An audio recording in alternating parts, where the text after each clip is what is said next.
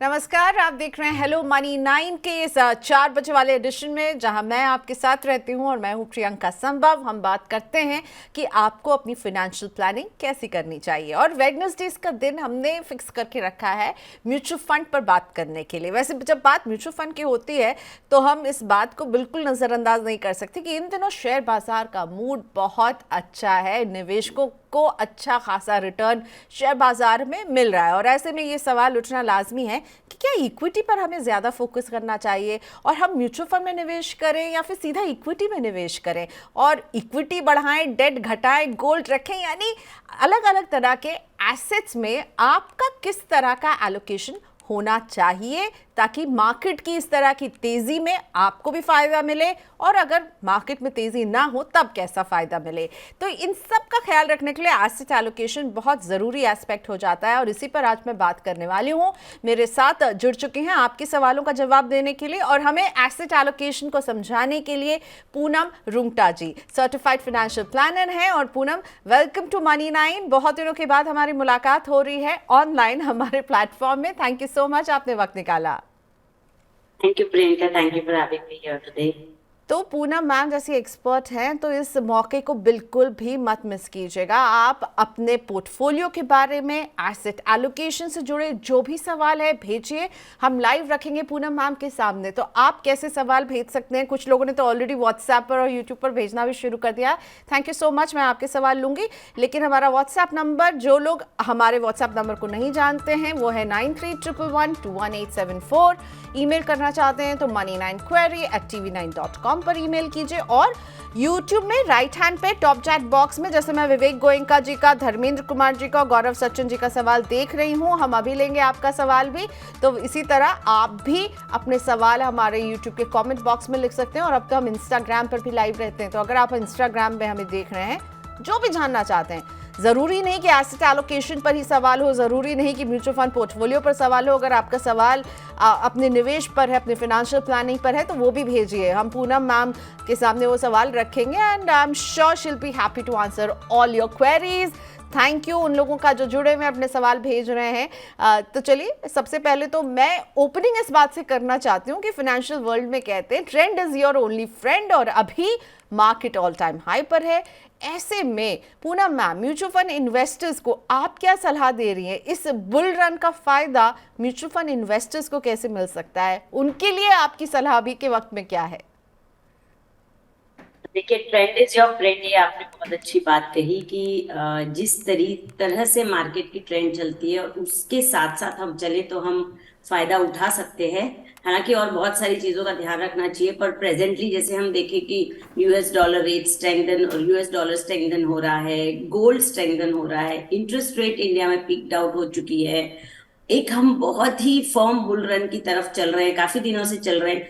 आज हमने market close हुआ है, सेंसेक्स 69,500 ऑलमोस्ट 70,000 टच हो चुका था, जो एक बहुत ही इम्पॉसिबल सा लग रहा था। 1-2 साल पहले ही, ज्यादा पीछे ना जाए तो 1-2 साल पहले ही निफ्टी 20,000 पार कर चुका है, 21,000 के करीब आ चुका है। तो ये सब प्रूफ्स है कि हम ट्रेंड के साथ साथ, अब जिन्होंने पार्टिसिपेट कर लिया इसे मार्केट को अच्छा समझते हुए या रैली को समझते हुए, वो तो इसमें पार्टिसिपेशन का फायदा उठा के अपने पैसे बना चुके हैं। पर जो डर के बैठे कि नहीं नहीं मार्केट का ट्रेंड बुल रन है, हमें उसमें अभी नहीं बनना है, कभी भी मार्केट गिर सकता है, और वो वेट कर रहे थे कि ट्रेंड रिवर्सल हो तब हम इसमें जाएं, यानी जो नदी के बहाव में साथ साथ बहता है वो तो आगे निकल जाता है, और जो उल्टा भागने की कोशिश करता है वो कभी आगे नहीं निकल सकता।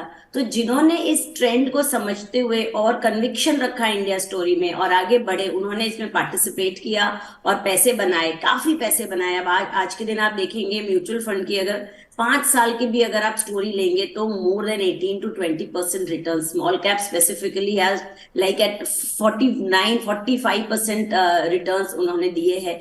तो इस तरह का फायदा ट्रेंड के साथ चलने में जरूर मिलता है। मगर और भी बहुत सारी चीजें ध्यान रखनी चाहिए। यूं नहीं कि आप ट्रेंड के साथ आंख बंद करके चले जा रहे हैं। अगर फॉर एग्जाम्पल आपका कोई गोल एकदम पास में, for example a goal of child education, आपके बच्चे का अभी आपने एडमिशन कराना है, अभी जो आने वाला जो सेमेस्टर है उसमें आपने बड़ी मोटी फीस भरनी, जो आपका एक गोल था जिसके लिए आप इन्वेस्ट कर रहे थे।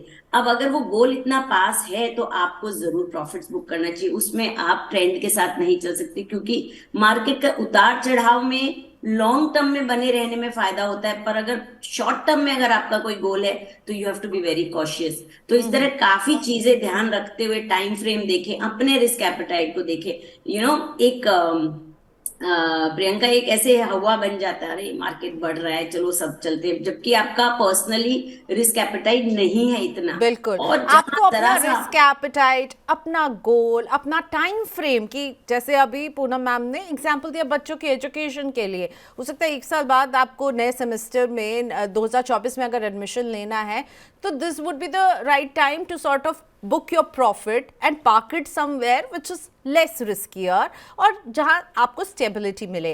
अब इसी को अगर मैं कहूं पूनम मैम कि ऐसे ही स्थिति जहां पे आप रिस्क और रिटर्न के बीच में तालमेल रखना चाहते हैं, एसेट एलोकेशन का रोल बहुत इंपॉर्टेंट हो जाता है।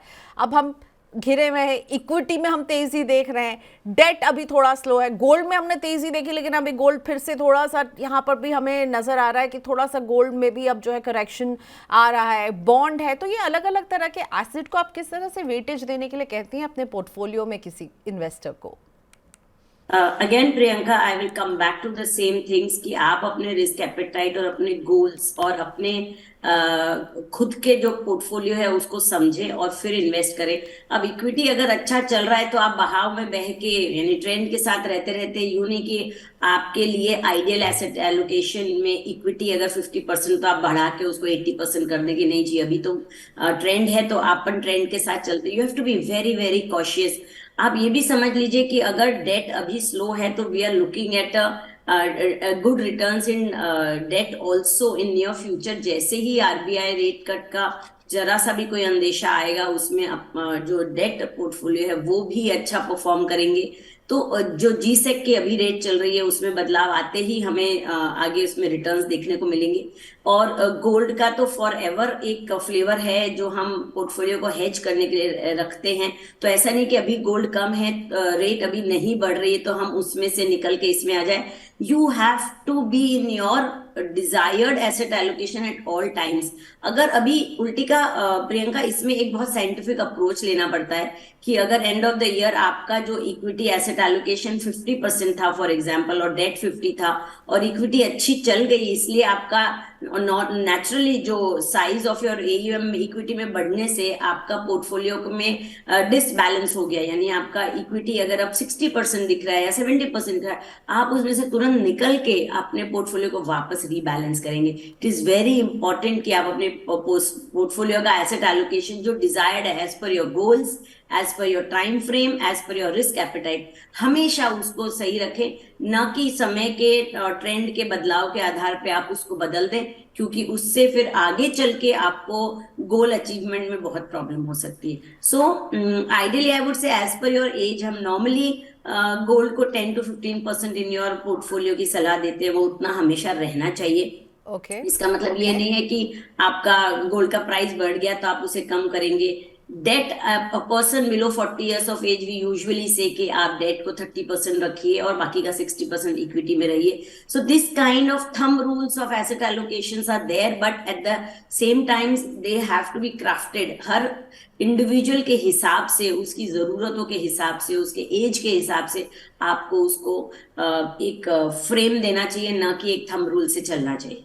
पूनम मैम, थोड़ी देर पहले आप कह रही थी कि जिन लोगों ने समझा, भारत की ग्रोथ स्टोरी पे बिलीव किया और उन्होंने निवेश किया होगा 3 साल पहले, 4 साल पहले, उन्होंने तो इस अभी मार्केट की रैली में उनके म्यूचुअल फंड ने भी अच्छा रिटर्न दिया। लेकिन जो लोग नया निवेश शुरू करना चाहते हैं, अभी मार्केट जिस तरह के हाइस में है, प्राइजेस जो हाइस बना रहे हैं, आप उन्हें सलाह देती हैं कि आप नया सिप अभी शुरू कीजिए, ये नया इन्वेस्टमेंट शुरू करने का सही समय है? और अगर एक नया इन्वेस्टर है जो कि अपने लेट 20s या अर्ली 30s में, तो उसका एसेट एलोकेशन कैसा होगा? इक्विटी आप कितने रखने की सलाह देंगी? और अभी शुरू करें निवेश या नहीं, ये पहले जवाब दीजिए इसका। प्रियंका, ये तो वही बात हो गई ना कि हम जब मार्केट कोविड के टाइम 20,000 से सीधा 30,000 पहुंचा, फिर 40,000 पहुंचा, हर लेवल पे ये सोचे थे कि मार्केट बहुत हाई है, हमें अभी निवेश नहीं करना चाहिए, हमें रुकना चाहिए, ये जरूर नीचे आएगा। तो ये जो सेंटिमेंट्स होते हैं ना, जो वो खराब करते हैं आपके पूरे इन्वेस्टमेंट के डिसीजंस को। आप ये समझ लें कि मार्केट्स, एसआईपी हो, चाहे म्यूचुअल फंड लमसम हो, चाहे डायरेक्ट इक्विटी हो, it's a long term product. आप उसको लंबे समय के लिए उसमें बने रहना है, और लंबे समय में सभी रिस्क मिटिगेट हो गई हैं। ये हमें टाइम एंड अगेन इंडस्ट्री ने बताया है कि जितना लंबा समय आप इसमें रहेंगे उसमें से आप पैसा बना के जरूर निकलेंगे। जरूरत है तो सिर्फ एक डिसिप्लिन की और एक आपके सोच की कि इंडिया स्टोरी बहुत अच्छी है, और every high is a new high, वो बनते ही चले जाएगा और आप फिर कभी भी निवेश नहीं कर पाएंगे। आप आज शुरू करिए, अभी शुरू करिए, now is a time to start. और एसआईपी का तो इतना ब्यूटीफुल कॉन्सेप्ट है, मार्केट बढ़ा है तो आपकी एसआईपी की वैल्यू बढ़ेगी, और मार्केट अगर गिरा है तो आपको नंबर ऑफ यूनिट्स ज्यादा मिलेगी, यानी आपका निवेश करने का सही टाइम है।